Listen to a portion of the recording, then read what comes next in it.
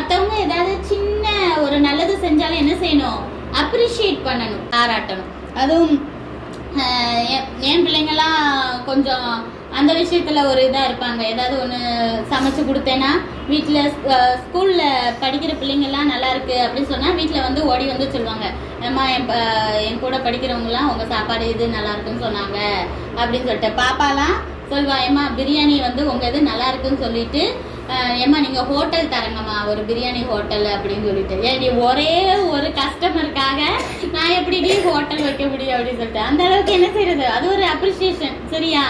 அது மாதிரி நீங்களும் என்ன செய்யணும், அம்மா ஏதாவது சமைச்சு கொடுத்தா நல்லா இருக்குன்னா என்ன செய்யணும், சொல்லணும், அம்மா நீங்க சூப்பரா இருக்கு அப்படின்னு சொல்லிட்டு. சரியா?